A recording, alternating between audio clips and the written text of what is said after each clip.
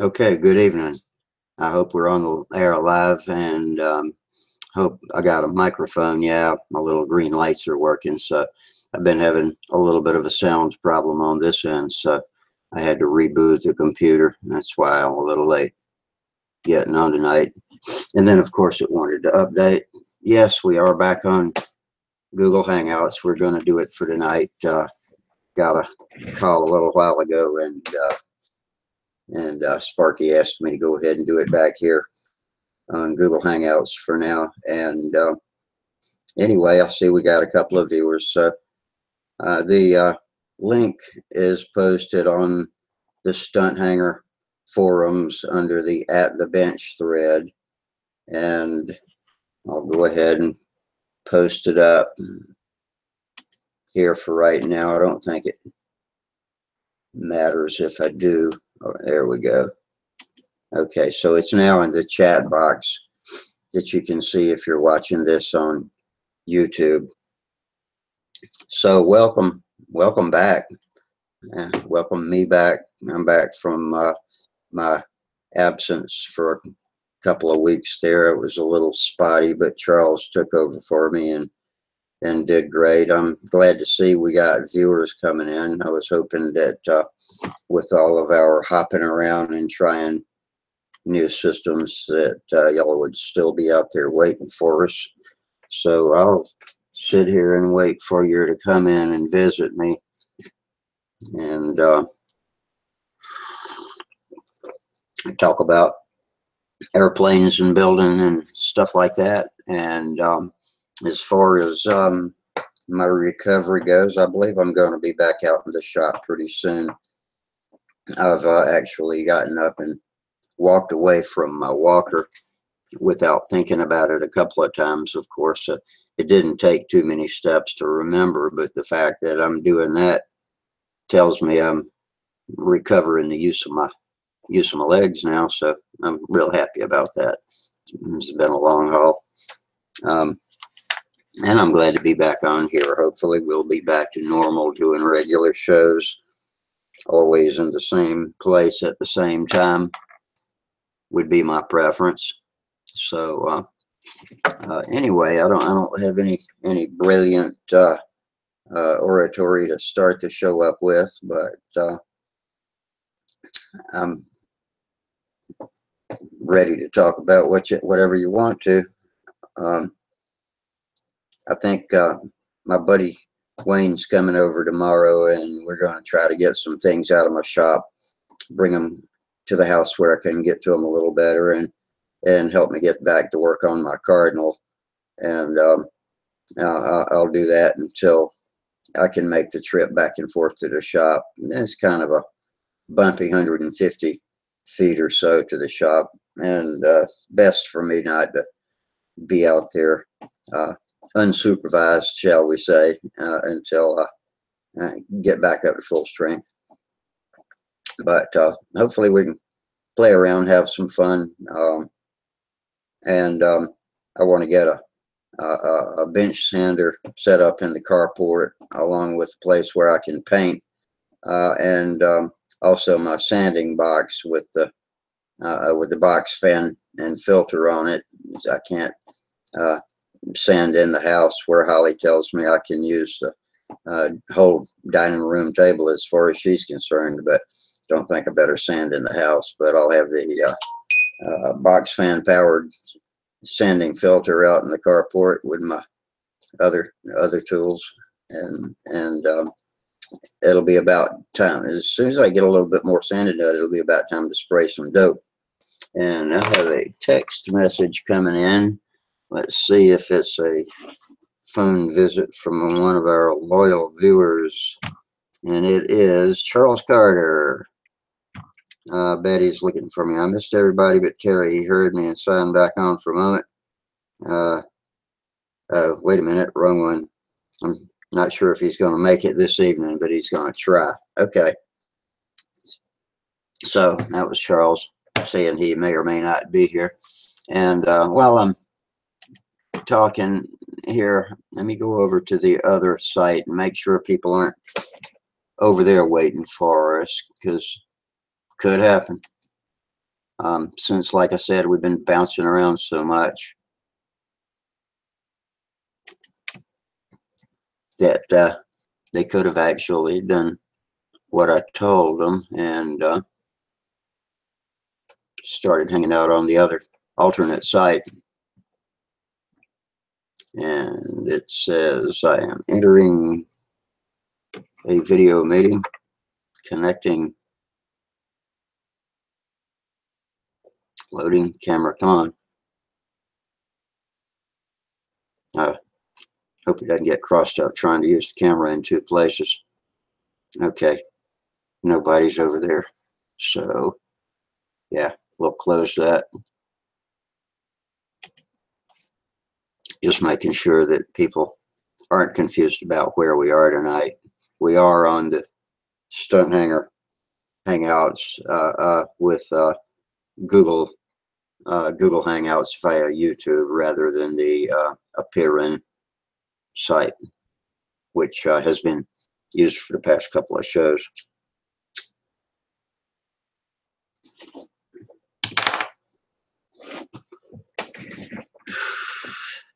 People have been asking Sparky when he's going to put some more building threads up, and he's unfortunately, like many of y'all have to do, has to make a living too, so he doesn't do that building planes, and he wants to get back to his shop and get some videos going, put back together. People love to watch them. There's probably I don't know how many Windy videos are, but one of these days there'll be about as many Sparky videos too, so showing us his way of doing things. So yeah, I'd like to see him getting back and doing some building threads too, so be patient. Maybe he'll hit it rich and be back soon making videos. After watching him put a wing together in one night, I realized just how ridiculous it was that it's taken me weeks and weeks to build one, and went out to the shop and actually got my shit together and I framed one up in a few hours. That doesn't include the linkages and all the things that take me forever to get done, but still, the more I build, the more I watch other people build, the more I don't have to sit around and scratch my head figuring out how to do things. I can almost, do it automatically, having already done it, and get them straight and true. My plans for this Cardinal were to be part of the winter build with our group of Hangout friends here on the Monday and Friday Hangouts, and we kind of got started and then fizzled out when I went down lame, and we talked about it for a while. I showed pictures of how far I'd gotten so far, and so maybe we can get back to that with some gusto. I'm missing getting shop work done. And we still got 3 or 4 viewers watching us, I guess on the YouTube site. If we're not coming in loud and clear, post me a message in the chat box over there and let me know, and I'll look for it on this end. But all the right lights are blinking, so from what I can tell, I'm coming in loud and clear on the tube.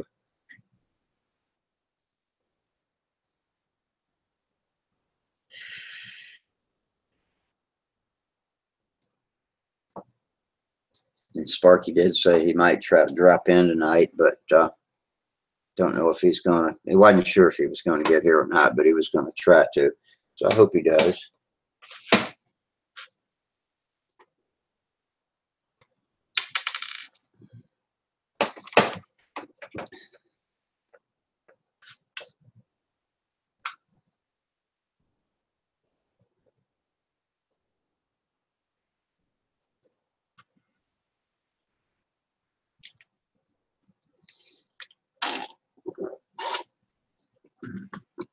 I guess I need to get me a Dr. Pepper koozie, the official koozie of Stunthangar.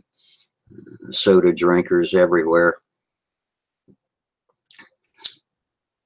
But I have to hide a Coke in it. So I'm a Cokeaholic as opposed to a Dr. Pepper man like Sparky is.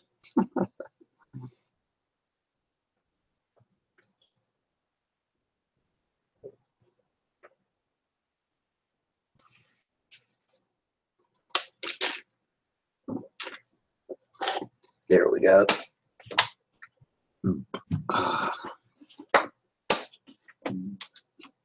All right, folks, somebody come in and talk to me. Back when we were on Google Hangouts all the time, we had George, or I called him that. I think Jorge is how he pronounces it in his language. Spanish speaking. He's from Colombia, South America. We've got Gerald from New Zealand. We've got getting a pretty good international audience.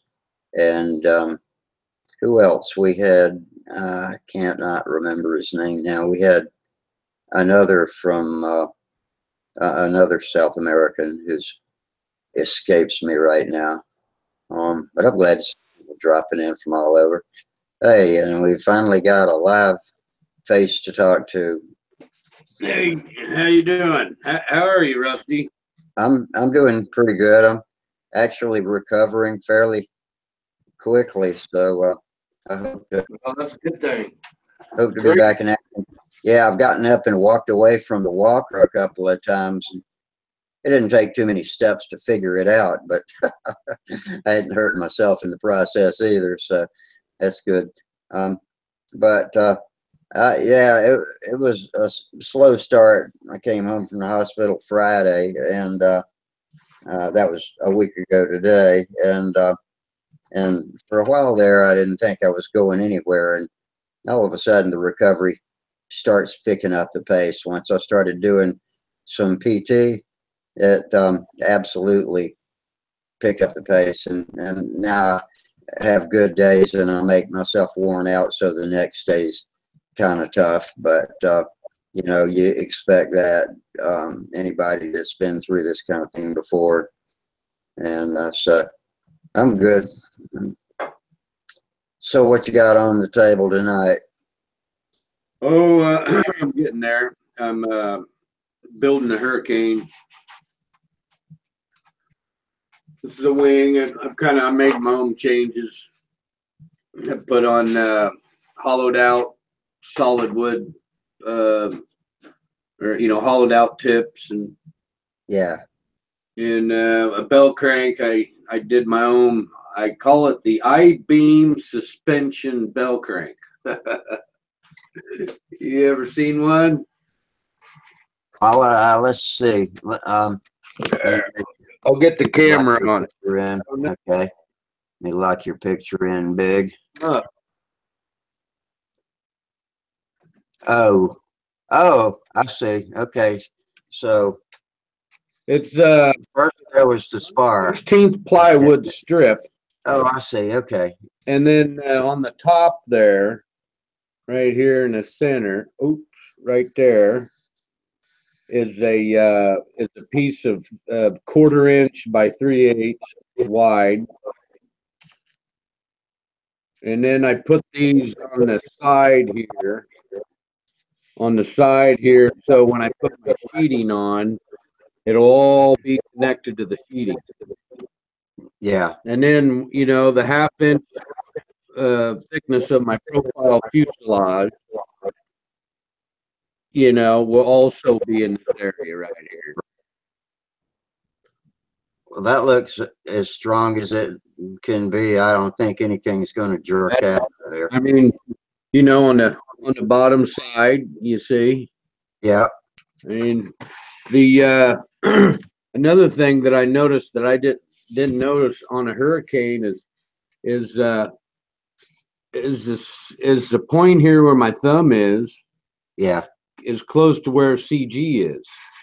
Now, look how far away the Bellcrank is from the CG.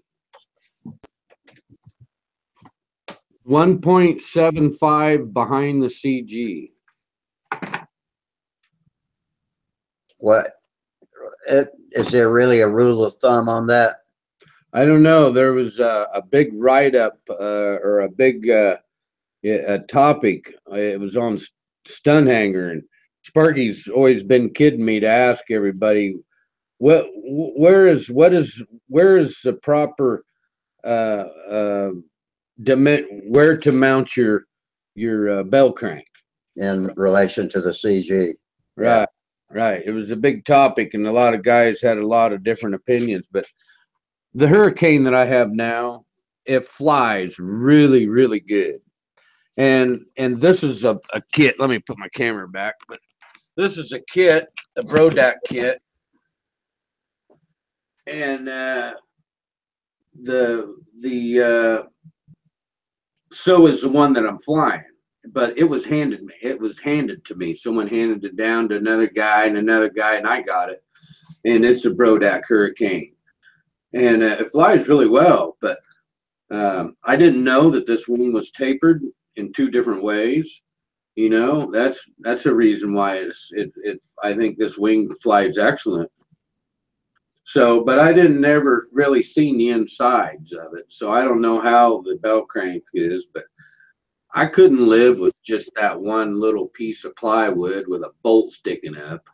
No, absolutely not. The ones that I have done where the kit's like that is go ahead and use the flat plate on the bottom, and then I usually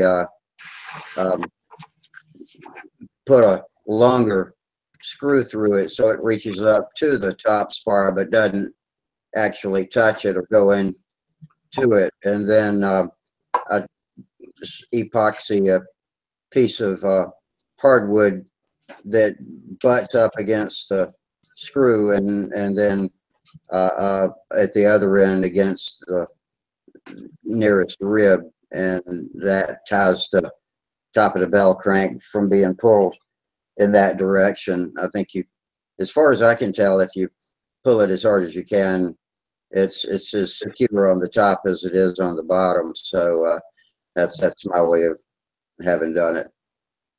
Huh? Yeah. It's you know, as I build these kits, you know, if you're a beginner,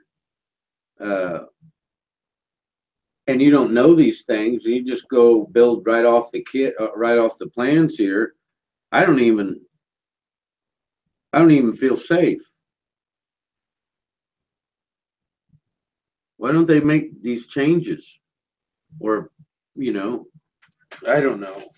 I don't know either, but you're right. These kits are not for beginners to pick up and build straight out of the box and expect to you know, have a good strong plane that's going to last them.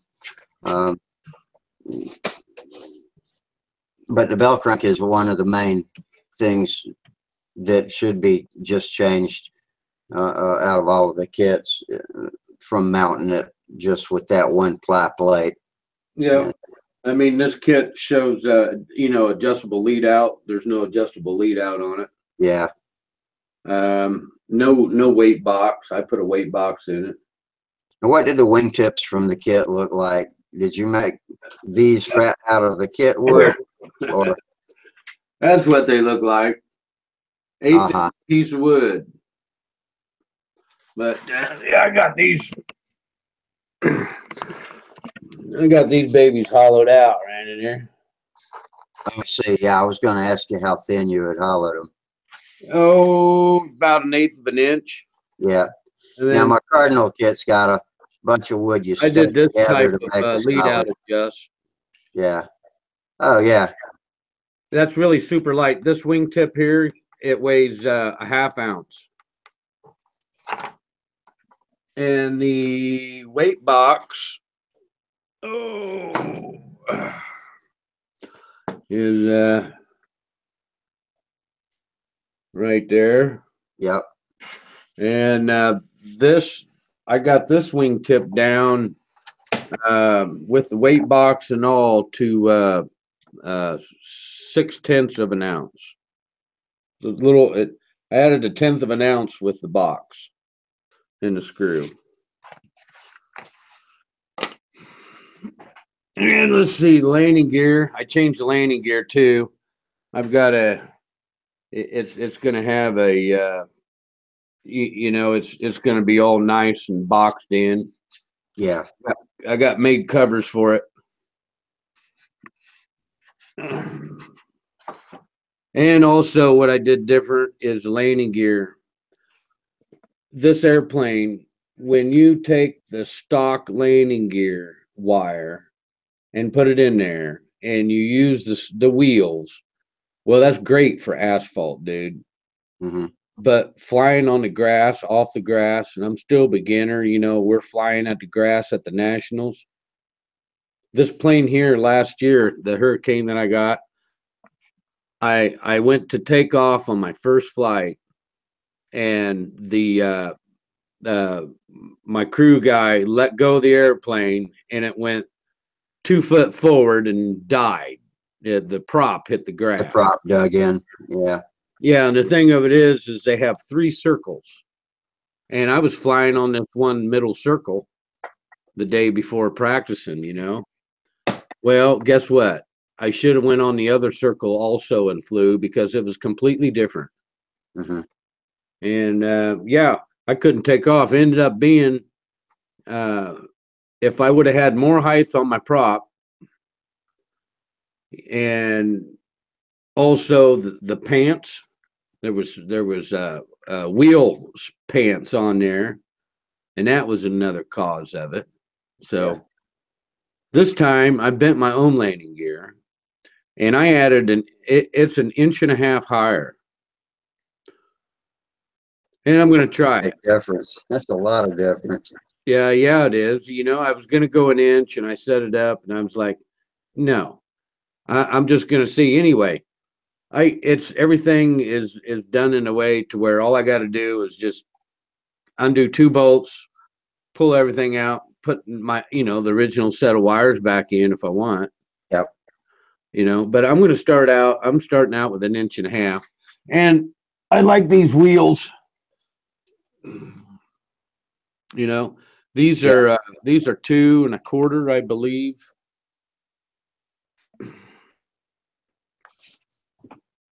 Yep, they're 2 1/4, and some of the grass that I fly on, that's too small. Yeah. So anyway, it's we'll see what happens. I forget what size wheels I'm flying on from the grass. I'm thinking 2.5 might be what it is. And but I'm also did something different on the flaps too. So I put this little corner right in here. It's sheeted all the way down there, so it's flush. Instead of taking a piece of 1/8 inch, and gluing it on there. Yeah. 4 days work. That's 4 days work. That's pretty good. Yeah. Now the flaps on the kit, they're 3/16. So that's my next thing is I'm gonna bead this leading edge right here, and then to seal the gap, what I'm gonna do is I'm gonna put a 3/16 groove on the trailing edge right here on the back, so everything will set inside and pivot like this, Then I won't have no air gap. What kind of hinges are you talking about for that? I was gonna use pocket hinges, but I've decided I've got some of these. The last airplane last year, I got them for the first time to try them. Yeah. Those are Robart. Right. Yep. 1/8 inch. Push them in there. They got You know, it's got barbs on it. So that's what I think I'm going to use. I just kind of want to build kind of quick and get something in the air. I'd like to build at least 2 more airplanes this winter.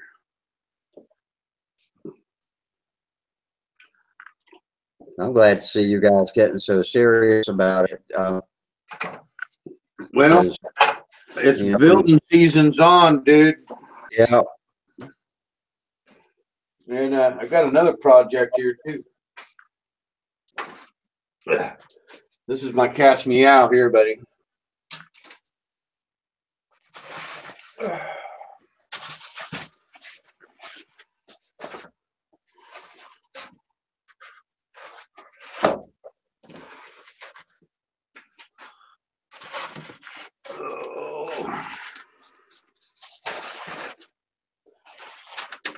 Bringing out the serious guns now, bud.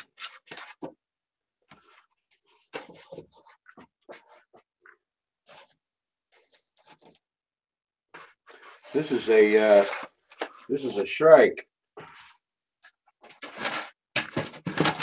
It's Chris Rigatti wing. You know Chris? I don't know Chris. I hear you guys talking about him sometimes, though. And I've seen him post on Stunthangar before. Yeah.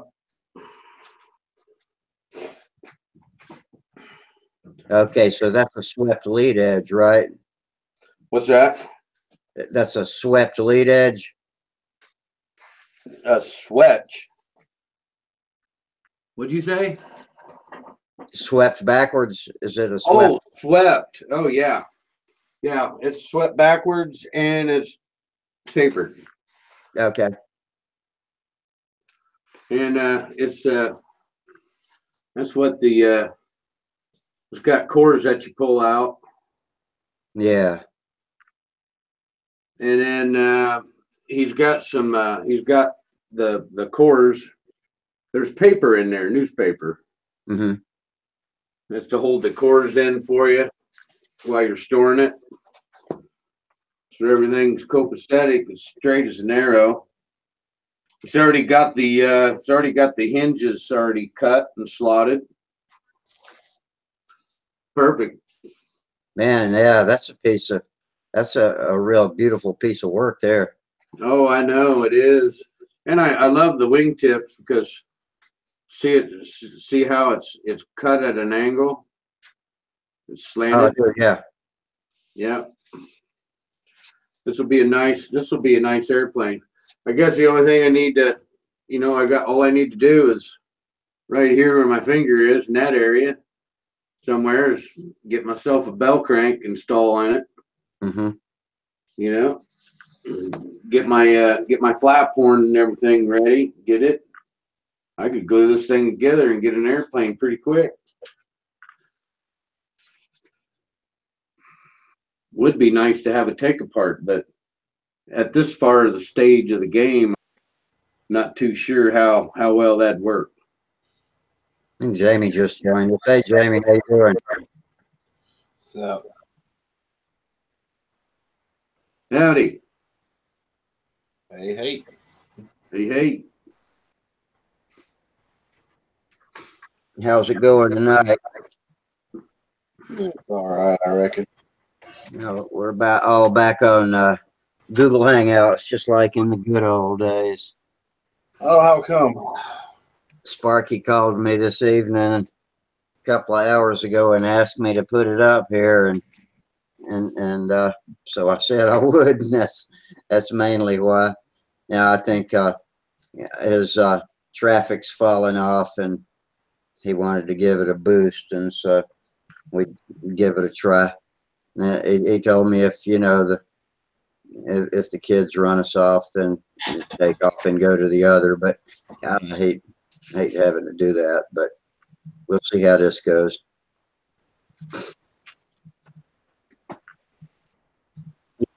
You been getting any building and flying time? Not at all. supposed to go flying tomorrow morning. Man, wish I had that option. It's freaking too cold. It's gonna be like in the 40s tomorrow, but man, that ain't nothing though.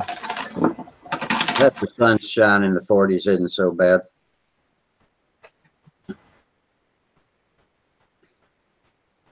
Some guys flying a lot worse than that and don't whine about it, but I don't like flying in cold weather either. But I'm going to try to get some things in, tools and stuff in from the shop tomorrow, so I can start back to work on the Cardinal in both in the house and then do the sand and painting and that sort of thing in the carport. So it'll be good to get back in action on those things when I'm not too sore to walk around. And the more I do, the faster I'll get better. So, What exactly did they do to you? oh, I had, I got my follow-up appointment on Monday with the surgeon, and that's one of the questions or that involves a lot of what I'm going to be asking him about. But right now, what I know they did is that they drilled it and put a couple of really stout titanium pins into my femur, and then drew it back together with a compression plate and some screws. And basically that's it. And then it's a fairly small incision, but boy, banging holes in your bone and putting pins and screws in it leaves quite a mark pain-wise. I mean, man, when you wake up, Wow. you know you've been bit. And I've had a lot of surgeries, and I thought I was pretty damn tough, but well, this one exposed me. It was serious pain after this surgery was over.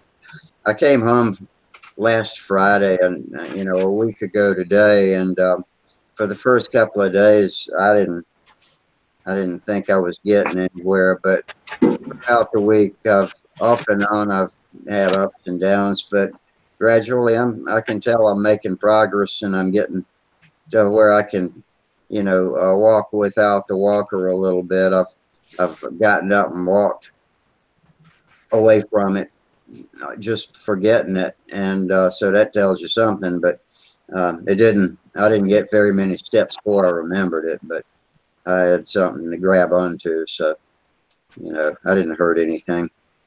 But they tell me I can bear full weight on it. It's just a matter of dealing with the pain right now. So getting the muscle tone back. It's been so long, but Well, just be careful with the pain meds. yeah, they're really. I'm getting tired of them. They dry me up so bad, and I think they're screwing with the fluids in my ears because I'm having trouble hearing, and sometimes that can be because of antibiotics, but I'm pretty sure it's just fluid in my inner ears getting screwed up. But and catnapping, but more than sleeping through the night. Yeah, you look tired. Do I? Thanks.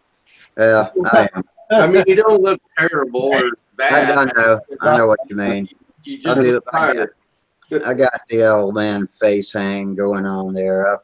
I'm looking at myself on camera too, and I don't look so good. But Look at it this way: you're able to smoke a cigarette, and that's all that matters, instead of being locked up in a hospital bed. Hey, talking about that, I'm on my 35th day, fellas. oh, congratulations! Yeah, I was here when you were telling us about getting shocked and treated for it the other night. Yeah, I had my ears shocked. That's all you take. That's all you need to do is go to your airplane shop, rig you up some alligator clips with some wire on it, put it on the tip of your ears, right there, negative and positive, and just shock the shit out of you. No more smoking cigarettes. You be done. I didn't miss cigarettes one bit when I was in the hospital, and I've only been smoking a few since I've been out too. 'Cause I don't want to fall asleep in my bathrobe and set my bathrobe or my chair on fire or anything like that. So I try to make it so I have to go walk to get one. If I want to smoke one bad enough, I'd get up and go get it, and that way I don't just have them next to me. Yeah, I well, do right now. You're walking and exercising is supposed to be good, right? That's right. That's part of the plan. So the more cigarettes I smoke, the more I have to walk, and the stronger I'll get. I was rolling 60 cigarettes a day. Every morning, rolling 60 cigarettes for me and my wife. Every morning. Yeah, not no more. I could really go for a smoke right now. Having a baby in the house kind of, dampers that fun event. Have you ever been a smoker, Jamie? Oh, yeah. Okay. I didn't know if you were or not. Oh, yeah. See, the thing of it is, I still smoke. I just don't buy them. You just bum them from other people? Yeah, like my two coworkers. They both smoke. So, I smoke maybe anywhere from 1 to 3 a day, which I'm fine with. And they both said that they're going to quit smoking for the first of the year. Well, we'll see. We'll see how long that goes. Yeah. If they do, good, because if they quit, I got to quit. And so that's just how it is. I have not bought a pack of smokes in a while. But I'm going flying tomorrow, so that may change. I can't just sit out the field and just watch and not smoke. It's just weird. Yeah, I think the worst part is I'm not over is in the morning, my first cup of coffee. That's a rough time right there. It's habits, little habits for me. Whenever I pick up the phone to call somebody or something, I always automatically light a cigarette, or when I get in the car to go somewhere, I automatically light a cigarette. So it's more of a habit than it is an addiction, I guess. Because when I don't have any, I don't sweat it, and I don't rush to go get them. It's just when I get around to it and I do get them, I smoke them up until they're gone again.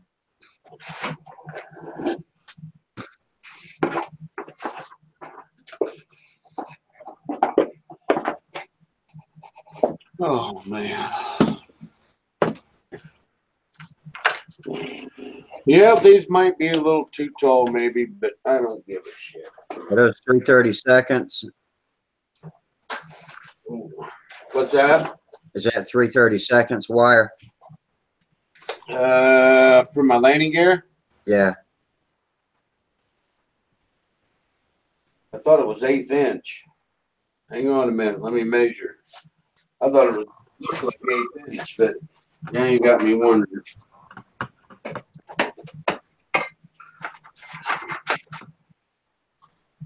Looked like Charles was signing in. Yeah, here I am. I'm gotta change the camera. Yeah, it's 1/8 inch.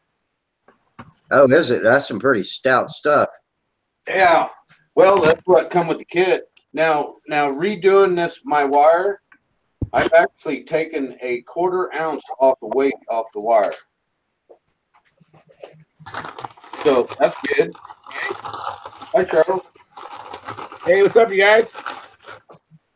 Oh, just hanging out via Google, just like in the good old days. All right. Yeah, you see, that wing don't look bad. What's up, James? What happened, Charles? Oh, what's happening? Today is my birthday. Oh, Happy birthday. Happy 70th birthday. birthday.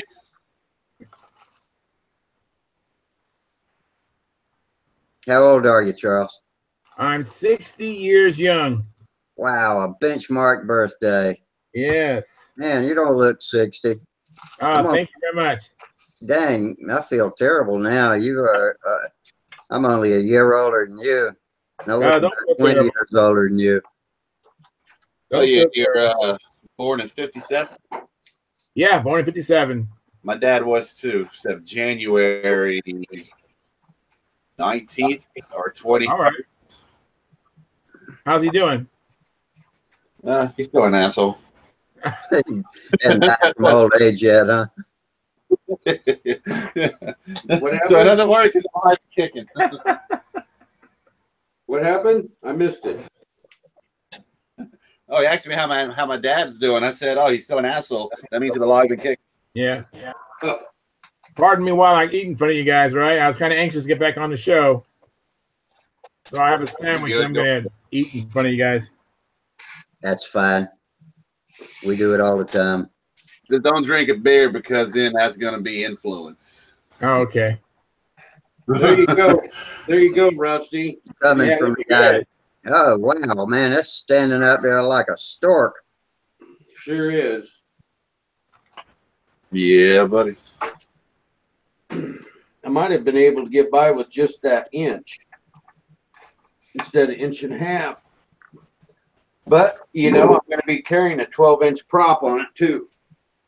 Yeah. Oh, yeah. You know, tail wheel, I'm going to have to make the tail wheel a little longer, too.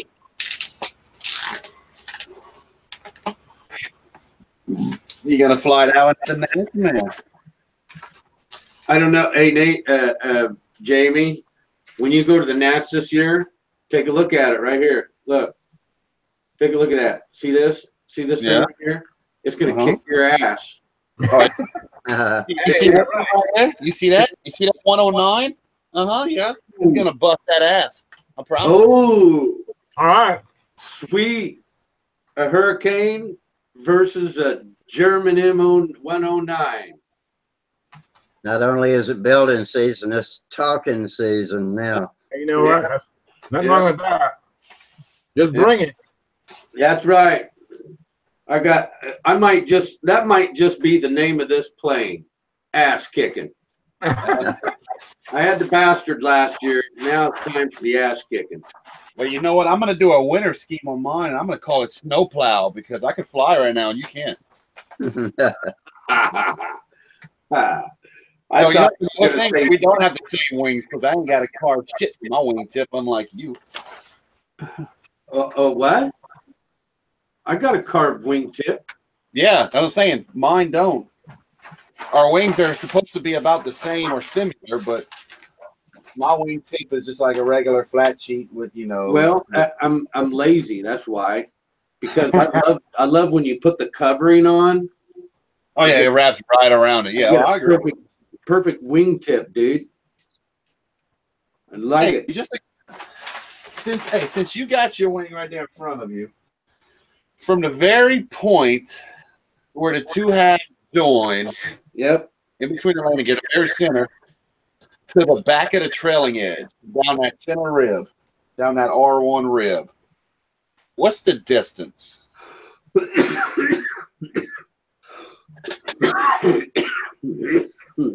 Say that again. Where did I measure? Mine's at 9 3/4 long, from center leading edge to the trailing edge.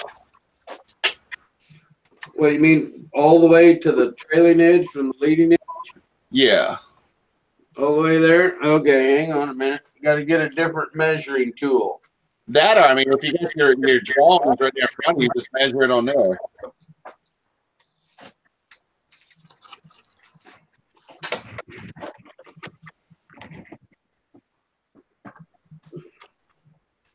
I got 9 7/8. That's my wing cord. Yeah. Mine's about 9 5/8. So, I mean, there's not much difference between. Where's your Bellcrank from your spar, your leading edge? You're not your leading edge, but your spar, your wing spar. Where's your Bellcrank mounted? How far from it? Well, let's see. Yours is the same, so about 2 inches. Center Bellcrank, 2 inches. Mine's 1 3/4 inches. Hey, on that. Wait, okay, let me change that. It's 1 3/4 inches. So I was going center to Yo. to the back of the floor. What's up? Hey, yeah. You guys ever have wheel covers or landing gear covers Not yet. on your wire? I was just curious of how many bolts. Where is it here? Oh, Wow, that's 4? yeah. What That's I probably should have only put 2, huh? Yeah, 2 usually is what I see most of the time. Well, it's not too late to change.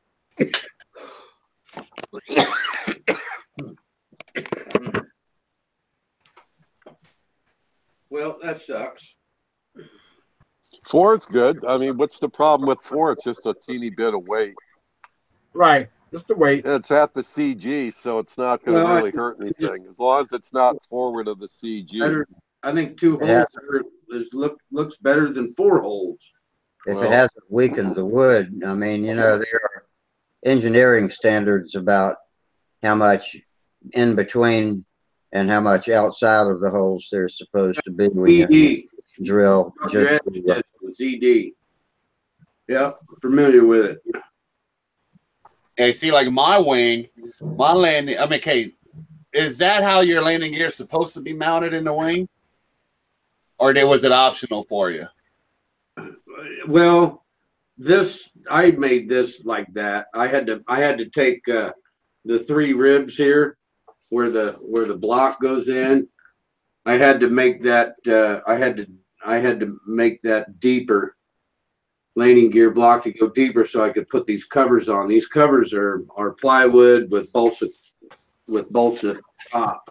No, but I mean, per drawings, what is it? A wing mounted landing gear, or you did that yourself? It's the wing mounted. The plans, it's wing mounted. I mean, okay. I got the hardware. Yeah, mine is a profile mount, fuselage mount.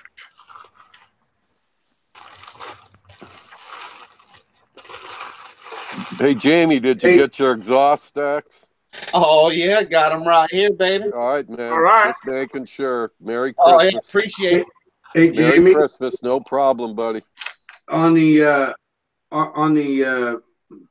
damn, it went right out of my mind. Oh. I hate it when it does that. Yep. I had it going through my mind, and yep.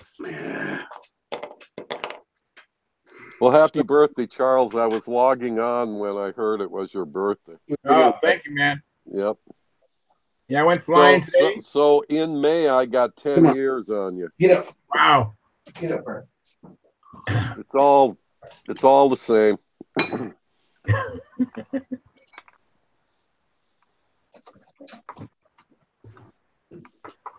Well, you still act young, and I try to act young too. Yeah, well, that's it, man. Yes, sir. Passed my flight physical today. Listen, passed my first class flight physical today. Oh, very good. And I did the eye test without any glasses. And he said, "Don't you want to wear the glasses?" I said, "Well," I said, I need them for close-up work and stuff. But like, if you can pass the eye exam without glasses, believe me, especially for an aviation license or even driving a car, when I go for my driver's license, I don't wear the glasses. Right, exactly. And I passed the vision test, no problem. Wow. Yeah, but, in working in this hobby, I was wearing safety glasses all the time anyway, frankly, because I use my Dremel tool quite a bit. I don't know. That's a good idea. I use them all the time too. Do you know how many friends I've had that have gotten screwed up vision from Dremel wheels, especially those little the cutoff wheels? Like the real thin stone cutoff wheels. Yeah. I don't know if they make them anymore, but they used to. They were like made out of like grinding stone. Yeah, they still make them. Yeah. Yep. I don't use those anymore. Dremels I is have a few of subject I these. wanted I to mean, bring up these tonight. things are made by, I think they're made by Permagrit. Oh wow. Yeah, they have those industrial diamonds on the edge. I've got a couple of old ones of those. Yeah. So They hardly wear out, and if you do get them clogged with like epoxy, because sometimes when you're using them, if you run them too fast, it melts the epoxy and it clogs the grit. All you need to do is soak them in acetone and or CA remover. And you know that CA remover is basically nitromethane. Exactly. yes, I've heard. Yeah. Yeah, you Yeah, I've can heard, put well, it I in heard your that CA is fuel. not, It'll. CA is not fuel proof because of My that. friend put some in some fuel that we found in his garage, and he ran it in his 21 outboard last Sunday, and it ran the best it's ran in years. Very good. So So I don't recommend you do that though with a good engine. I don't know. where do you get those Permagrit cutoff wheels? I think I got those either at the local hobby shop or from Tower Hobbies or SIG. Maybe it was SIG. Okay, It might have I'll look been for 'em. SIG because I did get a new set. Yeah, I did get my last ones, I believe, from SIG because I got that Alien Aircraft Aeromaster biplane kit. Okay. Yeah, that's the one I'm running on that 21 Sato gas 4-stroke. Or 2-stroke gas is what it is. Sato. Very nice. Yeah. You know, Dremels is something I wanted to bring up tonight because people have been asking me what I want for Christmas, and I'm thinking maybe I'll get myself a new Dremel. Oh, you owe it to yourself, man. But my old one is so old it's made out of wood. I mean, any older it would be anyway. That's what I used to say about my computer. Is yours in a wooden box? Did it come with a wood box? I don't know. When I inherited it, it had no carrying case or anything. Yeah, I've so got an original in a wood box. It's pretty crazy. Yeah. But but they keep running. This is one of my older ones here, and I keep it by my workbench, and I keep that 90-degree Robart thing on it. Somebody very nice. Then I have that cone-shaped bit, so it's real easy to, like especially working in boat hulls or in fuselages, to put in holes and then widen them out and so on. Yeah, it's very cool. Yeah. There's a. I was trying to decide if I wanted a cordless or a plug-in, and I'm thinking I want a plug-in because I never use it outside of the shop, and want as much power as I can get all the time. And I'm thinking the battery might offer a little less steady temperature throughout a job. I don't want to have to stop in the middle of anything and recharge. We're getting quite a bit of echo. Yeah, there's a problem.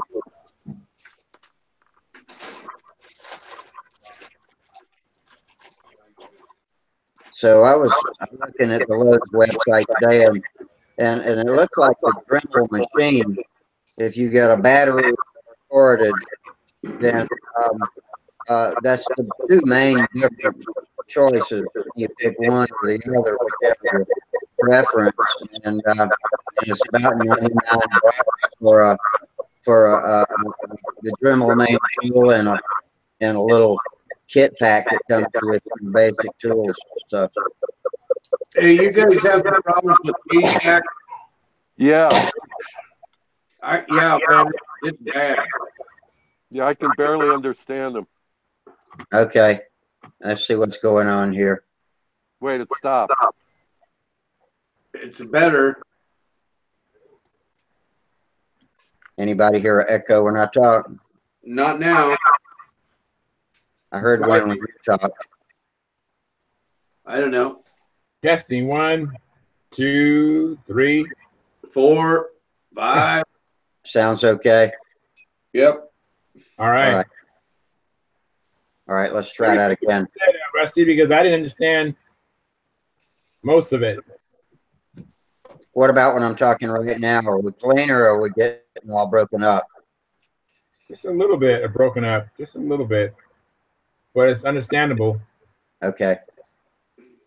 Well, let's try it again then. When I was looking on the Lowe's website today for the differences in Dremel options, basically you choose between corded or plugged in, and that's about the only two choices there are, except for what kit parts you want to go with it, like your drill guides and all that sort of stuff. And so I kind of stopped and looked at DeWalt and RotoZip. I didn't see anything they had that Dremel didn't already offer. So I was just curious if you guys had anything specific you knew about choosing a Dremel that I might want to look for before I go and pull the trigger, because it's about 99 Well, I'll bucks. give you my input. I got a cordless one maybe 3 years ago for a Christmas present, and I traded it off at one of the first RC swap meets. I like the plugins. Do you? Okay. Yeah, and I would shop at Tower Hobbies, and they have free shipping on and off. Like, go ahead and go to their website, and when you're there, sign up for their email offers, and you'll get one within minutes. And they have all these specials every day until Christmas. I just ordered for the Scouts. I ordered 2 of those Cover-Right iron sets. You get you get the dryer, you get the sealing iron, and then the little trim iron, or the Yeah. the heat gun and so on. Anyway, they've got good deals. I mean, Lowe's has the stuff, which is nice. So does Home Depot. They have all the little individual tools, so you can just walk in and Yeah, eyeball them and buy it. I love browsing that aisle. Me too, buddy. That's where I hang out when my wife's in the plants. Yeah. Sounds familiar. Okay, good. Or picking out new tile for some room or one another or something, I'll definitely get the plug in. I was pretty sure that's what I wanted already. Yeah. And I think for 99 bucks you can get the power tool plus some Yeah, things you that I can don't get have, pretty which are much the guides. little power tool moto shop, and they'll give you a choice of an accessory. And sometimes there's a charge, like the drill press is an expensive accessory, but if you already have a drill press, you don't need it. Right. The one thing that I find is helpful is they have a little router attachment. Yeah, I was And that interested might in come that. in it. Like I think it comes in it, and it's red molded plastic, and you can fix it so you can use it. I use it to route landing gear notches and plywood and all kinds of stuff. Yeah. I have a Yeah, I router. use that moto tool. I've got one flex one, I've got this one, and I've got the other real new one over at the other bench. Yeah, I just can't live without them. My old one sounds for all the world like it's going to fly apart and take my fingers with it at any time now. So I think it's time to get a new one. Well, listen, I could turn this one on, but you wouldn't hear anything. But it works, though. But all of my old stuff will not be rendered obsolete either, will it? Because it's just got to call it. You can still no. right in. Yeah, Okay. save all the collets and the inserts. It's all the same stuff. Right. Excellent. You guys, I actually sent my Dremel tool in once for the same noise, and I don't remember if they charged me or not, but they actually reconditioned it and sent it back to me. Yeah, I they're might a have great been only company. responsible for this shipping, but they actually were yeah, they're a great company for that. I've got an original moto shop. That's the saw, and it has the flex drill that plugged into the side where a little 6-inch sanding disc plugged in. Well, the scouts were using it maybe 6 weeks ago, and it just stopped working. And I had to get like one of those special screwdrivers to take the side of it off. Right. And a part inside on the mechanism had just wore out. So I sent him an email with a photo, and a representative of the company called me in a day, and he said, "Oh, it's in the mail to you, Mr. Forbes." And the part Wow. came, I put it in, and the saw's working again. Yeah, All right. good company. I mean, come on. Yeah, I got great. that saw when I was 11. That I'm going to be 70 in May. Let's makes it serious even more here. special. That's like Yeah. my Garcia Mitchell 300 I got when I was 8 years old, and it still works just as good today as it did then. Unreal. That's cool. Yeah, I've actually got a Montgomery Ward Sears table saw, and it holds a 5 1/4 inch blade.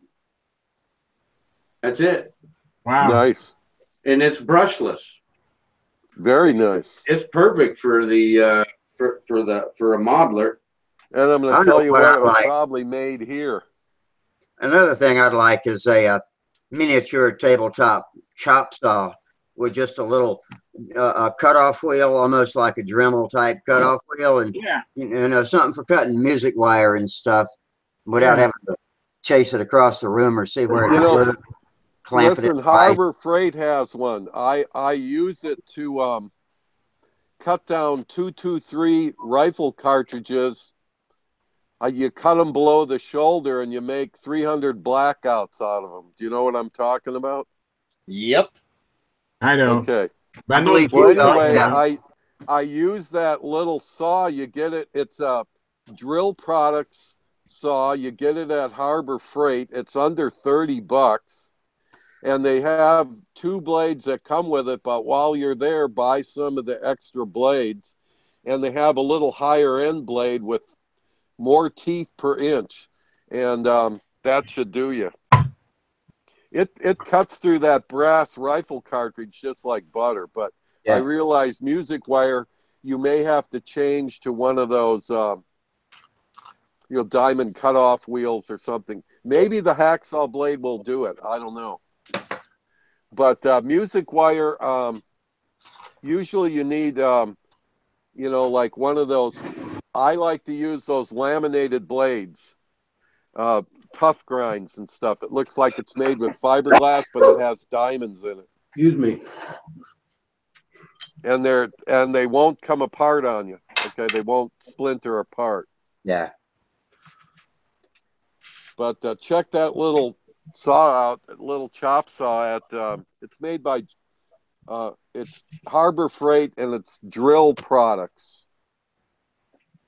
You can My find it son on lives their near website. Harbor It's Freight. like, maybe it's $39. It's always on sale, and you go in with a 20% off coupon and get yourself a free flashlight on the way out. There you go. My son lives near Harbor Freight. Maybe that's where the Santa Claus from his neighborhood There will you go. stop by and get me one of those. Yeah, That's who was asking me the other day what I wanted. And then Holly asked me today. So, bingo, I got 2 of them knocked there out you in go. one shot. Man, I'm smiling now. Yep, it's all good stuff, man. All good stuff.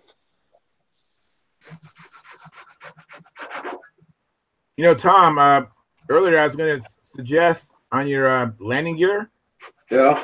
the part that goes into the wing, Yeah. it should be as long as possible. Correct. Almost sticking out the top sheeting of the wing. And yours looked like it was like, what, 3/8 or 5/8 of an inch? Looks too short. Okay. That's the torsion bar. That's the torsion bar. Let's That's see here. Let me. suspension. What are you talking about right here? No, the other end. Keep going. Right here? No, I'm sorry, the other way. Right here. That one, that should be longer. It's exactly 1/2 inch. Yeah, it should be longer. Yeah, it should be the thickness of the wing almost. Really? Yeah. Thickness of the cord, yeah. From spar top to spar bottom. So on the other end, Tom, you want to put like a hardwood block on the top Yeah, I part of already the did. sheeting. It's already got a hardwood block. Okay. No, down below. On the Down other side. below, it's already got a hardwood block down below. Okay, against the sheeting, against the rib and all that. Yeah, it's got plywood on the rib. So that part we're talking about on your landing gear wire, that should go through that other hardwood mount. It does. It's too short. It's only a ½ inch. Right. The thickness of the hardwood that the landing gear wire, has a groove in it. Right. That total piece is it's not 3/8 thick. It's thinner. Yeah, that wire, that part of the wire we're referring to, that needs to go through that mount you're talking about and go into another mount on the other side of the wing. It does. It goes in it just about 1/4 of an inch, maybe a hair over, into the block behind it. We're missing something. Yeah, I don't see it because that wire needs to be longer. Wing is the thickest wing out there, and that landing gear wire, my Mustang wire, is at least that long. It's the thick. Yeah, and the wing's in the house. I can't get it. I'll damage it. I've got my first P40. It's a heavy one. That's how I've done the same setup. Well, fly it, man. Fly it. It's all right then. I mean, what would it do? Working. Well, what you have right now, because of the moment arm of the landing gear wire from the wing to the wheel, that length is what, 5 inches? Yeah. Right. Okay, that's a long moment arm, and that's going to be twist that ½ inch like it's nothing and break that. Yeah, it's going to break it off like nothing. Right out the wing. That's why you want that other part we're talking about, that Terry and I are talking about. You want that to be the thickness of the wing, so you have half a chance. I'll tell you what, Tom, I was watching the Wendy Unowski video, and he had crashed a tsunami, right? And so he just had the wing, and he had this wire in his wing, and he was bending it back and forth so hard you would think that normally you'd tear out the hardwood mount you're talking about. But you know what? The hardwood mount didn't break. He actually broke the wire without breaking the wing.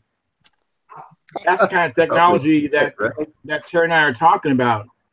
You need to get that wire the thickness of the wing, and then, it doesn't matter what grass you land on or anything, you're not going to tear that landing gear out. Well, I've got another 1/8 inch rod. And that's not a big deal. I got a great wire bender. Oh, good. Yeah, you should do it. Yeah, I would do it now at this stage. It only took me, a couple minutes to make them. Yeah, because that wing is beautiful, man. That is beautiful. You're doing a really good job, Tom. And I don't mean to criticize. I'm just trying to. No, you're not criticizing, dude. Hey, I'm a beginner. All right, cool. No, I just want to see the plane be around for a long time. My theory is any way that I can to try to prevent take weight off, I do. Yeah, well, this longer leg is gonna outweigh any weight penalty, because we're probably talking about a total of however thickness that wing is, and so that the end of that wire that I'm talking about, that leg I'm talking about, it actually goes into a second hardwood mount. Yeah, I've got another block behind it, another hardwood block, and it goes all the way. It's the thickness of the rib. Okay, all right. So he's got the block. I've got an 1/8 inch hole in the hardwood block. All right, just lengthen the wire then. Yeah, that's all I have to do. That'll work. Look at it this way, buddy. Whenever I'm ahead of you by however many points and your landing's going to matter, you don't want that wheel to fold up on you and loop. Well, hey, it ain't been the other hurricane. The block broke. That was in there, and so the wheels just went back on the wing. You know what I mean? Yeah, that's because if you had the same length wire there, it's Well, I don't know what wire length that is, Oh, yeah. because that was a hand-me-down plane. I didn't build it. So it was probably the what came in the kit. Mm-hmm.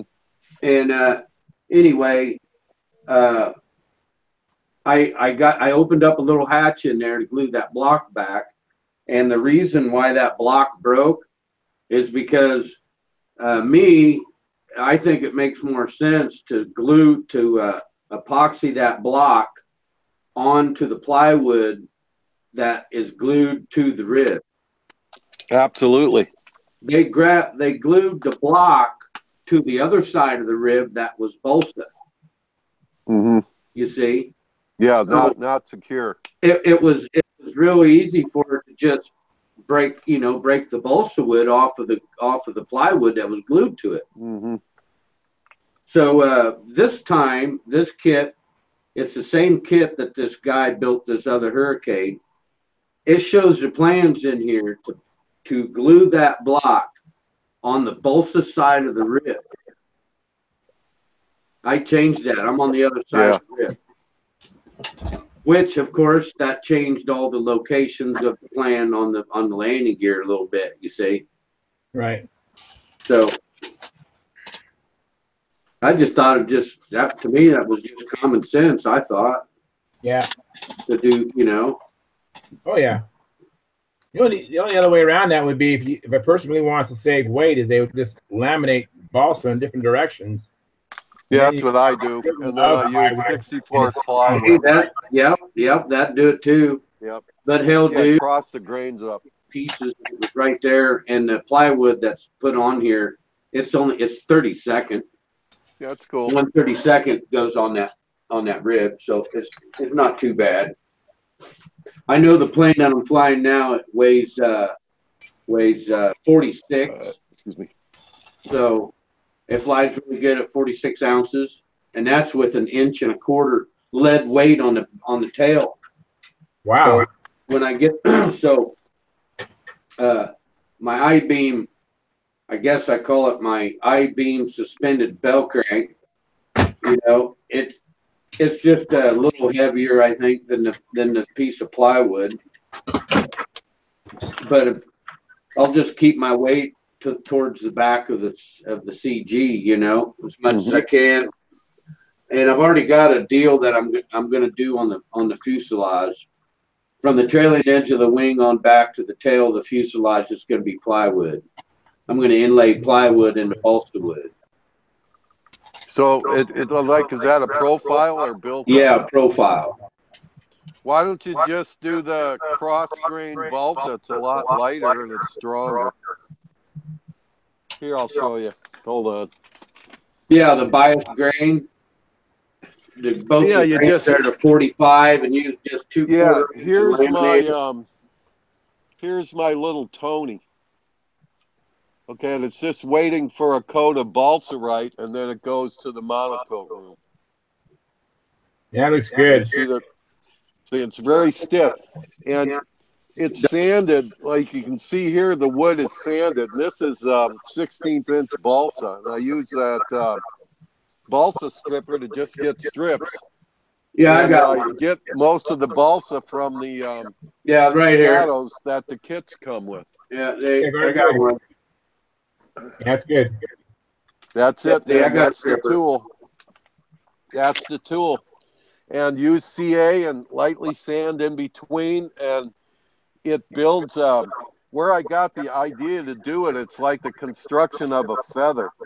And when you cross grain that balsa, and then you can sand it and taper it and get actually a kind of a elliptical shape to the fuselage, and your weight stays down, and the strength and the twisting goes away. I mean, the strength goes up, and the ability of the wood to twist is about nil. What I'm looking for is I'm looking to put weight on the tail. Yeah. So here's what to do. Would I get more weight on the tail by using plywood than I would versus? Well, you can add weight to the tail. See, I think if you lay this out correctly, do the stripping of the 16th inch, sand it, mock the plane up, get everything in, the hinges and everything, no covering, and then see how it balances. And if you need tail weight, then you can start adding more wood if you want, or you could just take a teeny bit of solder and wrap it around the tail wheel. Oh, dude, I'm talking a little teeny solder. I'm talking no way. It's going to be how much more, weight? Like an ounce? It's going to, well, on the Hurricane I'm flying now, I've got 1.25 ounces of lead on the tail. Wow. You can listen, yours is going to come out better than that. I guarantee you. Well, because you have the collective minds here. Yeah. You're going to come out lighter than that, man. That's right. So I thought about I thought about the plywood because I want the very tail of the plane. I want the very end here. I got to show you. See, I had a plywood to my Franken twister. And I think you should just stretch. For that same reason, I had laminated it, but I still needed weight at the tail, so I laminated on.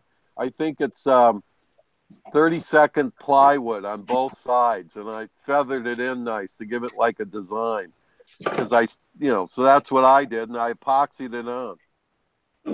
Yeah, I think weighted it and epoxied it on, and but I would mock it up with the wood first, draw it out. Yeah, you could take your fuselage and take a pen, and you draw a line, your thrust line, and you want to draw it from the trailing edge of the wing back to the tail, and that has to be square. Yeah, and then you go ahead and start laying the strips in. It's really kind of fun. Okay, what I want to do. Pick up the angle after the doubler that goes on, because the doubler will have an angle to it. The cutoff on the doubler.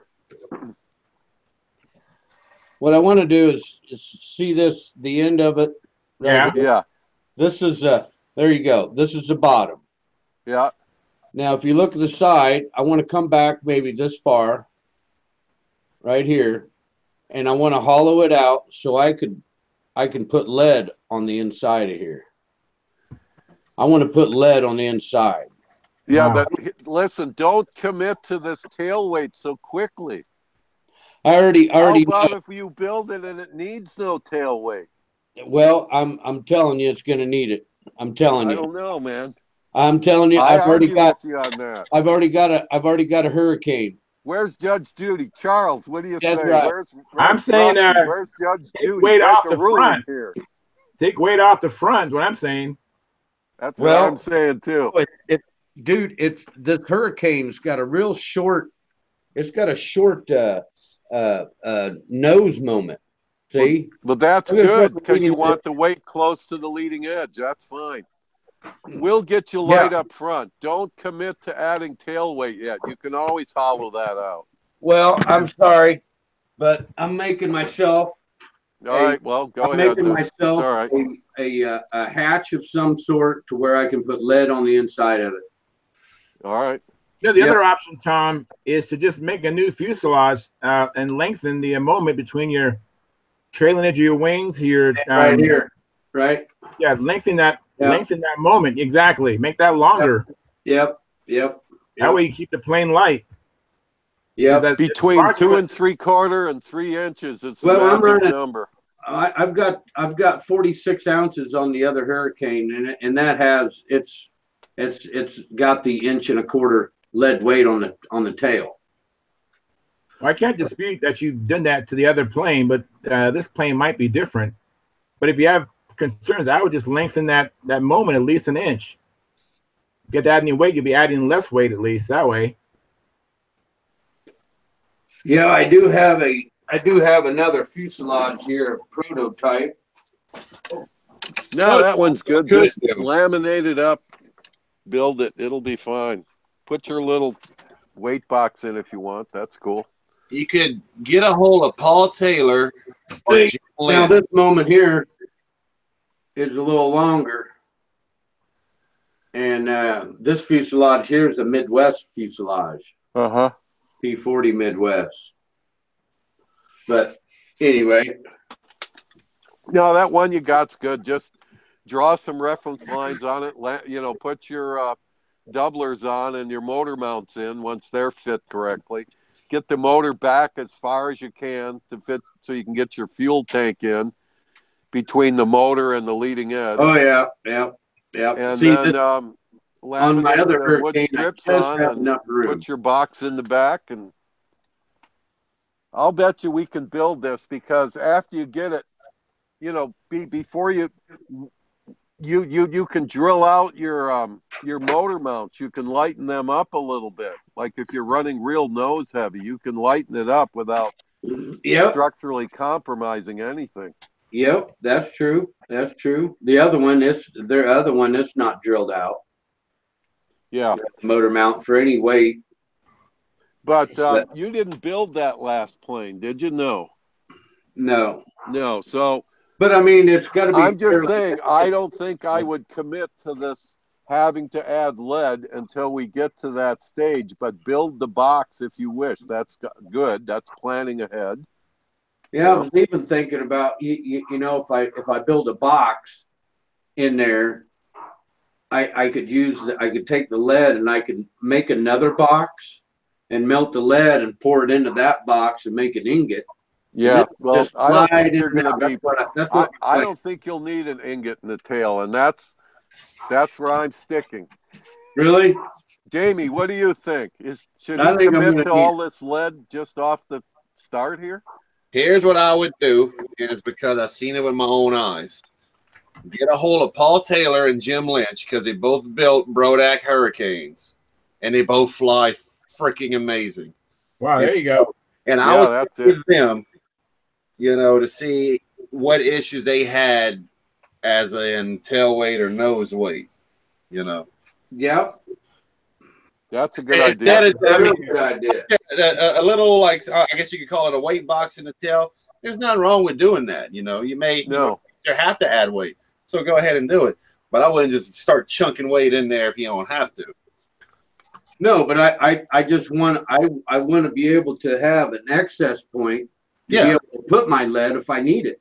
Yeah, like I said, go ahead and do that. That's the deal. Is these airplanes, they don't say anything on the plans about it, and so then there you are. Well, they do. They give you a CG, and you have to get the plane to the CG, and they don't. Because of the motor and all these mufflers that they require, the planes have gotten very nose heavy from back when they were designed, because a lot of these planes were designed when we were flying with no mufflers. Mm-hmm. And you put the engine, you can build light, and it probably balances right up. I have not built a Hurricane. I built everything else, and I have had to add lead, but never in that large amounts. And the second time I built the plane, I really didn't have to add much weight to the tail at all. And we can help you with this. I just think that your sales are closed to adding no weight to the tail. You're committed to adding weight to the tail, and that's fine. Build the box, but open your sails to catch the breeze. I like that. That's all I can say to you. How many planes have you built? Oh, I built over 1,000 of these things. So don't listen to me. Control Charge ahead. You built control God line? bless you, and I'm with you. I'll help you fix it. Yeah. Charge ahead. Yeah, you're talking about building control line, right? Yeah, all of it. All of them. Control line. I build control line the longest. The longest. I have so many planes, I give them away because my wife says, how dare you order more of these? I had one come today. It was a gift. Wow. It's I'll have to look at the name. It's something I'm not familiar with. It's a 40 powered little fuselage stunt ship. In fact, when I go in to get a drink, I'll read the name on the box. All right. The one Tom, what motor you gonna Scout put on Troop that got plane? it for me. Huh? What motor you gonna put on that plane, Tom? 46 OS. Oh yeah. Yeah. I think that's That's what the Paul weight and right Jim there. used as well. I Hey, think I mean, like if you could find a Thunder Tiger 36, Get down. it'd be lighter. Yeah, Yeah. better You know motor. that tail weight, and you have probably even as much or more power. Or a Brodak 40. The And you only Brodak know 40 tail weight. is what a powerful motor for its weight. Yeah. I'll be right back. I have to look at Alrighty. the name of that kit. It's driving me Well, crazy. all I have, I've got a bunch of OS Max 46 LAs. I set them up. I know how, I know how to make them run. I get excellent 4.2 runs. I'm not going to change. Okay. I'm just saying Yeah. that I mean one I way mean, to get rid of all that weight would be just to use a lighter, more powerful motor. Right. I got I've got a Magnum 36. Okay, that's done by Randy Smith, timed and everything. Well, that's going to go on my Vector 40 that I'm going to build. So Okay. right now I don't have to worry about buying anything. You know what I mean? I understand. So I'm just going to stick with that. But it's all right. They got a 46 LA on one of their Hurricanes. I'm looking at the engine right now from the picture I took back in October. Hold on a minute. I got my fingers holding up on glue. Yeah, let me get on. Let me see that again. Let's see, that's the engine they got. I don't know if it's Jim's or Paul's. I think it might be Paul's. Wow, the muffler and everything. 46 LA on it. Yeah. But that's a Randy Smith muffler. I recognize it. That's a light muffler. That muffler is like barely over an ounce. Well, The muffler alone. Warbird at her contest. Yep. Yeah, it's a real light muffler. Yeah. The OS 762 number 762 muffler weighs I do believe it weighs 0.6 of an ounce, and the tongue muffler weighs 0.3 of an ounce. Yeah, that's another option too, is a tongue muffler. Yeah, Well, them OS mine has is heavy. Them OSs don't like them tongue mufflers. Shit, you want to bet? Yeah, my No. Nova, my LA The LAs now, the LA that I have that is timed and been machined runs great on a tongue muffler. All right. Now, you talking about the 46s or all OSs in general? No, I'm talking about the 46s. Okay. The OSLA 46s. I was gonna say, man, if you can say all OSs, man, you should really come fly my 25. Well, my stock LA 46 ran great with a tongue muffler. Yeah, I got one on mine. I drilled it out a little, but it runs good. All right. I don't know. That what kit I got this is a fancy pants. Oh yeah, Brodak fancy pants. Yeah. You got ants in your pants. Yeah, that's what I got. This is the engine that's on Jim Lynch's. I don't know what it is. It's the best photo I have of it. I don't know what engine that is. I can't tell. That head is. Is that head been? Has the top of the head been milled down? I don't know. It looks like it maybe was. Because that's the LA 46 I got. I've got a Hemi head that's been machined, and man, it runs great with a tongue muffler. It runs better with the tongue muffler than it does with the any other muffler. Yeah, it's because of the back pressure. Mine's balanced like that. That's the best setup. It's lightweight too. But if I put a tongue muffler on my RC LA 46s that I got set up with a Venturi and an NVA, it don't run right. I can't get a good engine run with it. On the LA 46 with a tongue muffler, because that's what I'm running. But I'm running pressure. Are you running pressure? Yeah. Yeah, because I get a good run. Yeah. What needle you have on it? Is it the stock OS or is it Super Tiger? No, it's the OS Max needle valve assembly. Remote or through the Venturi? The Venturi is the OS Max Venturi. I mean, the needle valve, is it remote in the back or is it through the Venturi? No, it's through the Venturi. It's actual control line needle valve assembly for an OS Max. Yeah. All right. Yeah, I got mine using the remote. It runs great. Everybody says, oh, that remote is problems. I don't have any problems. I hear different. And there's a remote on the Evolution 36, and it runs like a top.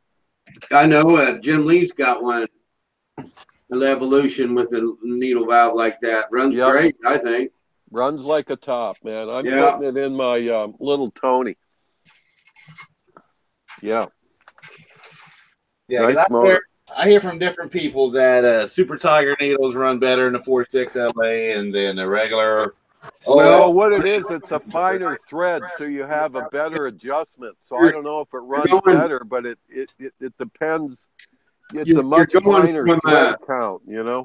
You're going from like 86 to 88 threads per inch. You're going to 128 threads Correct. per inch. Correct. And if you look at the needle, you'll see the needle is longer and it taper. The taper is way longer, way more gradual. Yeah. Right. So of course you get, my OS needle valve. I turn it an eighth of a turn, and it makes a big difference. But if I go to my my Hemi 46. I could turn that needle valve almost 3/4 of a turn before. Yeah, no, it's a fine adjustment. Yeah. Yep. Yeah, I got one like that. Charles, let me borrow that for a year. I know. This is the progress I'm making on my new build, you guys. Oh, that's looking good. Yeah. And is that a metal tank or is that a carbon tank? The carbon fiber tank. What'd that cost you? It didn't cost me anything, but it does retail for over $100. No, I get it. Yeah. What's the motor? This is that K77, that Casminato motor. Oh. Yeah. So is that a local guy making those, or is that one of Wendy's? Oh, this is a Wendy Wanowski tank. Oh, yeah. I actually have the video where he's at Wendy's saying, yeah, I'm making a tank for this guy out here in California. Oh, that's the tank, yeah. Howard Hicks. And this is the tank even says for Walter Hicks. So. Yep. But yeah, this is going to be the setup on my Pathfinder that I'm building. Looking I still haven't finished the crutch. I'm still, you can see, I haven't filled the filler block in yet. Yep. I just made one of the bulkheads, and I have another bulkhead in the back. But I'm going to end up lengthening the nose moment arm quite a bit. The plans, as you know, I think it shows a 9-inch nose moment. Yeah, I got them in the house. I'll have to bring them out next time we talk. With this engine, I need like 6.5 ounce tank. That's going to stretch the nose moment. And I already plan to lengthen the the trailing edge of the wing to the trailing edge of the stab moment. I'm going to increase that. I think the plan shows a 15-inch, I think, or 17-inch, something like that. I'm going to make it 18.5. Yeah, that should do it. So I'm going to lengthen the tail moment to offset this. But I'm hoping that, this engine, even though it's a 77, with the muffler and everything, only weighs 11.5 ounces. Well, that's light. And then I have a carbon fiber tank, so even though I'm lengthening the nose moment about an inch and a half. I don't think you'll be adding a lot of weight. Yeah. I think even with this 1.5 inch lengthening, I'm not going to probably have any problem. This should be pretty light. How good are these stock mufflers with the 46 LA? What number is that? It is the E30 or 3030. Okay, yeah. That's the stock muffler. Yeah, that's a stock LA 46 how good is the stock muffler? Yeah, they're nice and quiet. I like them. I use 762s. Yeah, I've never tried a 762, but I think I have a 762 muffler because I think that fits the another OS engine as well I have. I don't remember which motor it is. Yeah. Ooh, look at that beautiful motor. Still yet to see fuel. I'm Yeah, I gonna can take tell that you damn remote brand new. crap off of there. Yeah, that's nice. Yeah, that's real nice. But I mean, I like that one. Don't get me wrong. I mean, I love that 46, but some odd reason, I don't know why. I guess because it's older. But the 40 FP, Yeah, it's nice. yeah, That's sweet. I like those engines a lot. The Man. 46, I think, is a better. The LA 46, I think, is better. But if you talk to the professionals, they'll I like tell you that if you rework that FP40, yeah. you know. I agree. If I was to go by look, I'd just take the 40 because of that head. You know. Yeah. But I got a rounded head on the my 40, but somebody did it, you know, aftermarket. So Okay, here you go. Now here's my testimony. I had a Fancherized twister with FP40 on it. It flew good. I liked it. I put the FP is LA a good motor. This is a tower. and I liked it more. oh, look what I found. That's a nice motor. Tower What size 40. is that, Terry? 40 Very nice. tower. Look what I Never found. Yeah, I had a drop of friend fuel who, yet.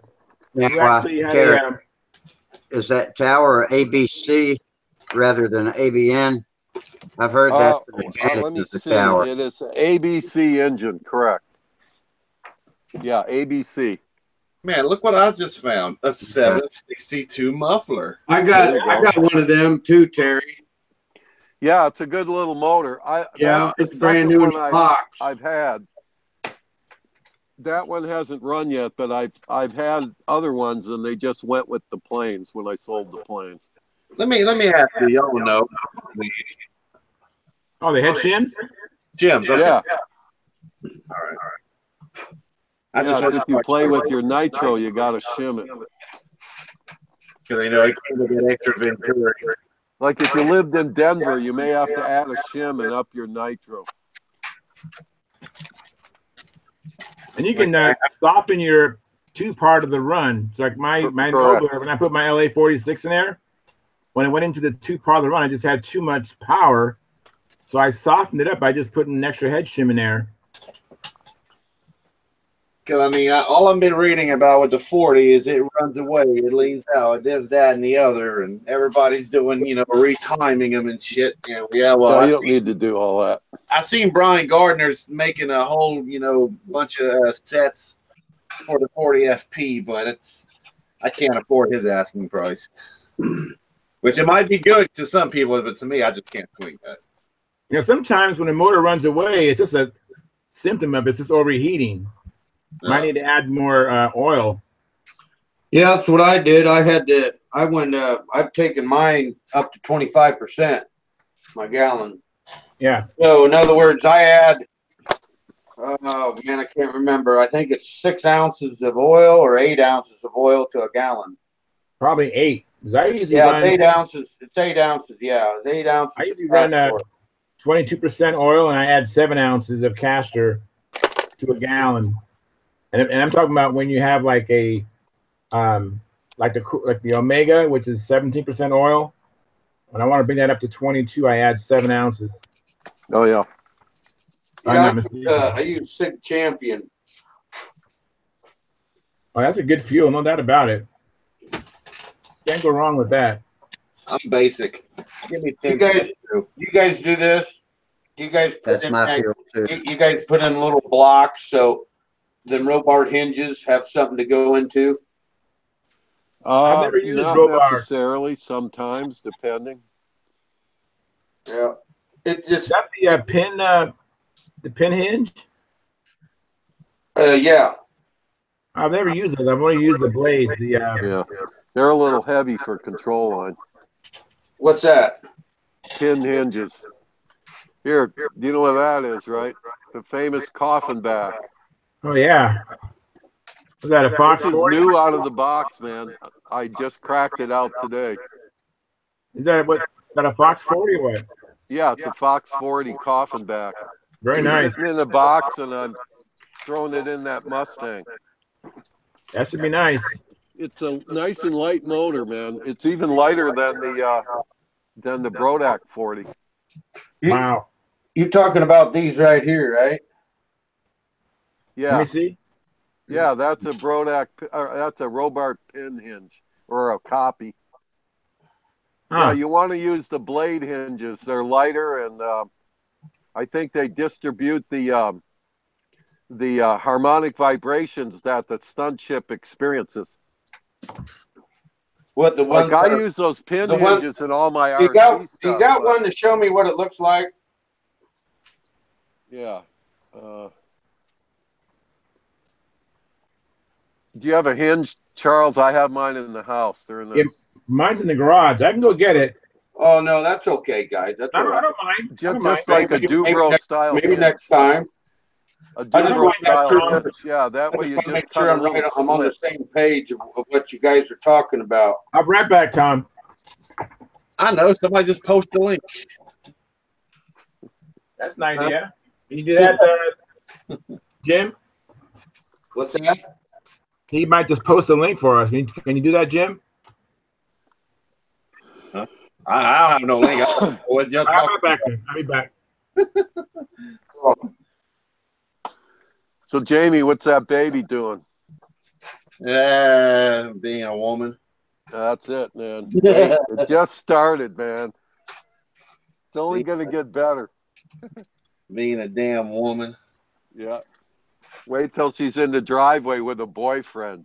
Your wife will have to hold you down. As long as they're paying a bill, I don't care. Oh yeah. I bet it'll change.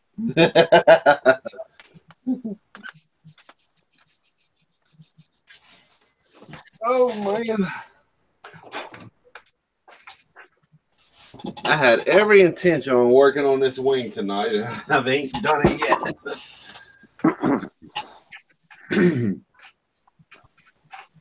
yet. Tom's hacking away at his pretty good. Yeah. I always put some type of block back there, even when I use the pocket hinges.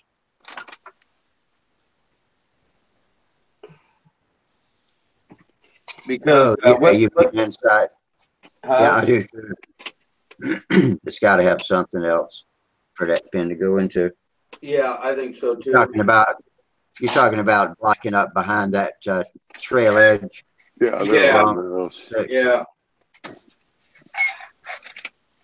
I mean, it just makes me have warm fuzzies inside. You know, I feel better. I can sleep now. I'd worry about it if it didn't have them. I know, right? So now I just got this nice warm fuzzy feeling now. I don't have to worry about it. I don't have to worry about, you know, when you go to your event and everyone says, "Oh, wow, I like your airplane." I said, "Yeah, I built it this winter," you know. And you get up there and you start flying it, and all of a sudden it flies apart.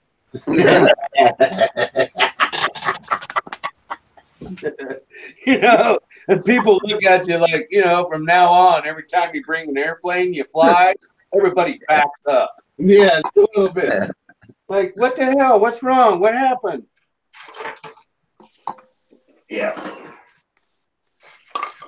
You know, that's one thing that actually, you know, that's not right. Because if I buy an ARF and I go and fly it, you know, and it flies apart, everyone's like, "Oh, yeah, man, it's the ARF." You know what I mean? That sucks, you know. But, man, if you build a plane and it flies apart, you never hear the end of it, do you? Yeah, but yours isn't going to fly apart. No, I have, you know, I'm going to knock on wood. No, believe me, it's not.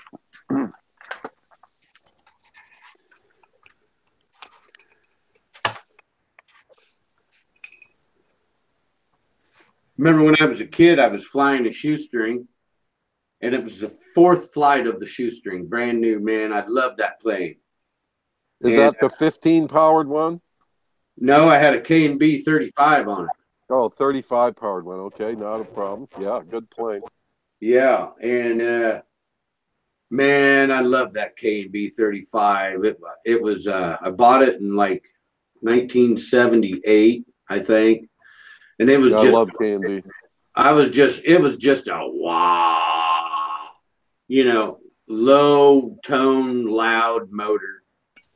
And yeah, both the down line and the up line broke. Yep. Yep. And it went flying. Wow. That was it. It sounded like a kamikaze plane going in.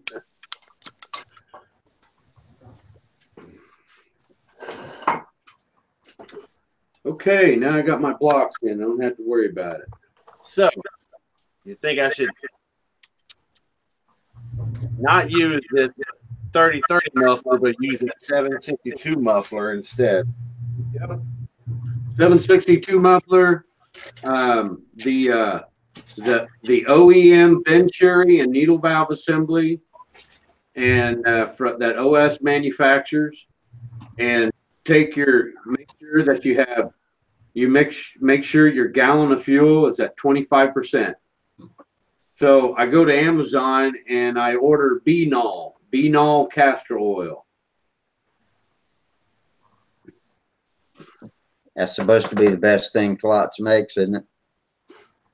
It's supposed to be. Yeah, because I mean, I use 1022, which is 22%. Yeah, usually when the I same get fuel as you held up a while ago. Yeah. That same brand of 1022. Yeah, all you have to do is just put more castor oil in it. You got 10% nitro, right? Yeah. Yeah, well, you're good. Let's see, I can't remember what the percentage of synthetic is. It's low, not that high. Because when I buy Sig Champion, it's red in color and it is 20%. Yeah, I like that fuel. You do or don't? I do. Yeah. Well, down here in Florida, especially in the summer when it's real humid, that fuel works real well. Yeah. It's a seamless switch for me when I go between Sig and Power Master. I don't even have to change the needle valve usually. But Sig, I think has more of a habit of inconsistency. Now I've been using Sig a long time, but I have gotten some that wasn't quite up to par. Sig has come back now. They did go through some rough periods when Hazel was getting older, and now the business has been taken over by this new group, and they've really put it back together. This was probably 2012 or so, 2011, when I was having trouble with it, screwing up glow plugs and just not having a lot of go. Yeah, I remember hearing the bad fuel stuff. Yeah, there you go. Oh, hang on a minute. Okay. Those are better. Okay. A lot better. Now this one might not be a Dubro. It might be a Clet. But when you get them, Tom, you need to work on them. See, for example, you cut them down. For one thing, it should fall. This shouldn't be that stiff. This should actually fall. So when I work on them, I remove all the flashing, and you got to work on them so that ideally when you hold this should just drop down. Correct. Yeah. This right here stays there. That's not that. This is not good. I just okay. They hang up and they make a clicking sound. You got to get them where and then a wet sand them with acetone. Okay, two of you was talking at the same time. I start with a knife and then get the flashing off and then wet sand them with acetone and then work them, and they usually get pretty loose after that. That's what she said. Well, hey, that's great info. I thank you, Charles, for showing me that. You're welcome, Tom. I figured that's what it was, but I just wanted to visualize and make sure we was on the same page. Right, exactly. That's why I went to the trouble to go in the garage. And you can trim them down. You can trim them down and scratch them up so the glue holds better. Yeah, that's another great suggestion, Terry. What? You want to kind of make it like a washboard, the blades, Tom. Like Wendy, he takes his cutoff wheel and creates like little scratches on it. Yeah, that's what I do. Glue. Oh yeah, yeah. I was gonna ask you about how you guys get that so it'll. And another thing, Tom, is when you put these hinges in, you want to get Oil 'em. those. You want to get those line. You want to get your slots in your trailing edge to be like a laser line. You want them to be in alignment. Every single slot down the edge should be not up or down. It should be in a straight line. Oh yeah, oh yeah. You That get way you one of them off, or you get one of them crooked a little bit. It throws Exactly. everything out of camper wamper. Right. Exactly. Charles, what do you use on your hinge before you epoxy or glue? Do you use the heated up Vaseline, or you just do the oil? Oh, thank you, Terry. Exactly. I use the heated Vaseline. Yeah, I use Right. heated Vaseline. On them Robart one that I've done on my last plane, I used grease. Nah. That's fine. You just want something Yeah, to keep maybe. the I don't know. epoxy from wicking into the barrel. Right. Yeah, so you just kind of bend the Yeah. How old is this jar? Wow. How old My is that goodness. jar? Oh my goodness. That's how many hinges I've used. That's an old jar, Wow. man. It's an old jar. And I heat I use a candle or my heat gun to melt a little in the lid, and then I process the hinges. Right. Very good. Yep. And like Terry said, Tom, you don't need the whole length of the blade. You can cut it down almost in half. Just extra weight going along for the ride. You just want to make sure you have those holes. What do you mean, on the sides or on the length? No, on the length. Yeah. So you want to cut these in half, and you still want to make sure you have these holes. These holes are great for the epoxy to get into, so it gives it teeth, so it won't come out. Yeah, it's like a rivet. Yeah. Little rivet. Rivet. Don't worry, man. We got you. We got you back. Oh, another thing, Tom, is that what I do is like kind of like what Wendy does. He puts the hinge into the flap first. So he puts all the hinges into the flaps, gets those dried and cured. Then he puts it into the wing. There you go. Don't put them both together at the same time. You follow me? Yeah, I mean. Yeah, and after you don't get want them in, work them. Keep working them. Don't walk away from them. You don't put the hinge in the trailing edge of the wing and then the flap. You put it in the flap first. Correct. Right. Get it glued and cured. Yeah. And work them good. Before you glue them together, work them. Like as they're curing, sometimes you can work them a little bit. Yeah, yep. Wendy calls it babysitting. While it's in the flap, you just keep moving them. Keep bending them back and forth to make sure no epoxy gets in the barrel, gets a chance to kick off in the barrel. Yep.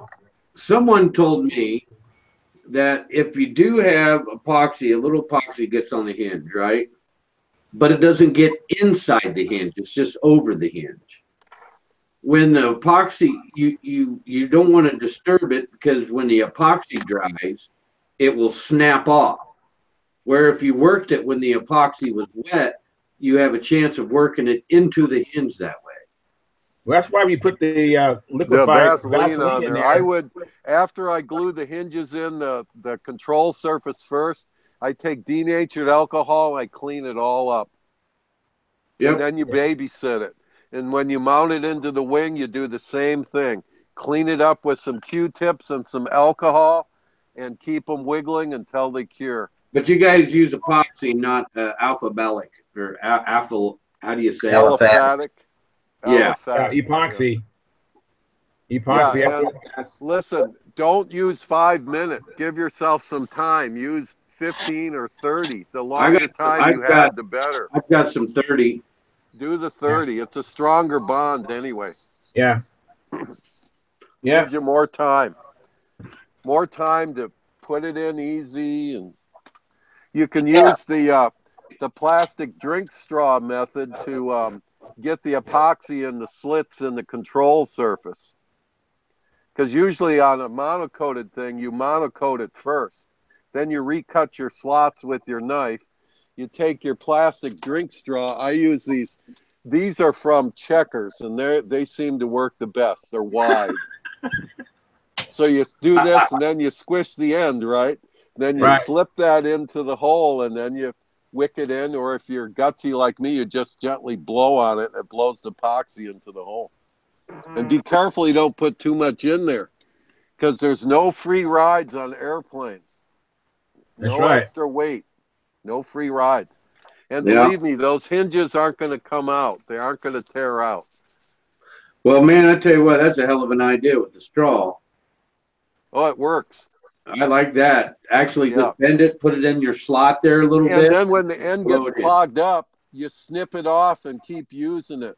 That's When right. that cures, you snip it off and keep using it. Yep. Very nice. Yeah. Yeah. Well, that's a hell of a deal. That is a hell of a deal. I never heard that before, Terry. Oh, really? Well, see, this pretty is good. this is all good then. I'm glad you got a pearl off me. I did. Little golden nugget. Yep. But there's no Thank check. you, Gary's Hobby Center, Racine, Wisconsin. Gary Thompson showed me that. Thank you, Gary's Hobby Center. Long gone. What a shame. All the great hobby shops of our youth. But Terry, there's no checkers out here. No? Yeah, What I a got shame. Sonic. Listen, I don't eat a lot of fast food, but I eat Checkers. I like the Big Buford. You know what? Those spicy fries. Checkers south of I-10. That's why. Yeah. Well, today we had Jersey Mike's. Do you have those sub shops near you? Yeah, we have Jersey them out Mike's? here. Yeah, I like the number 13 Mike's Way. Huh. That's, Yeah. Never mind. With added relish and stuff on it. Huh. Banana peppers. Got that heat. Very good. Yeah, Tom, Yes, have sir. you ever moved the controls on an expert level plane? Huh? Have you ever seen the controls on like an advanced or expert plane? The control surfaces? I mean, they like move They're like like nothing. There's nothing there. Oh, yeah. yeah. Steve that's Muncie. what Hey, you want Steve Muncie just try for. posted. He's our first YouTube visitor the entire night. So, hey, Steve. I posted. Steve. Yeah. back to him. My bastard plane is like that.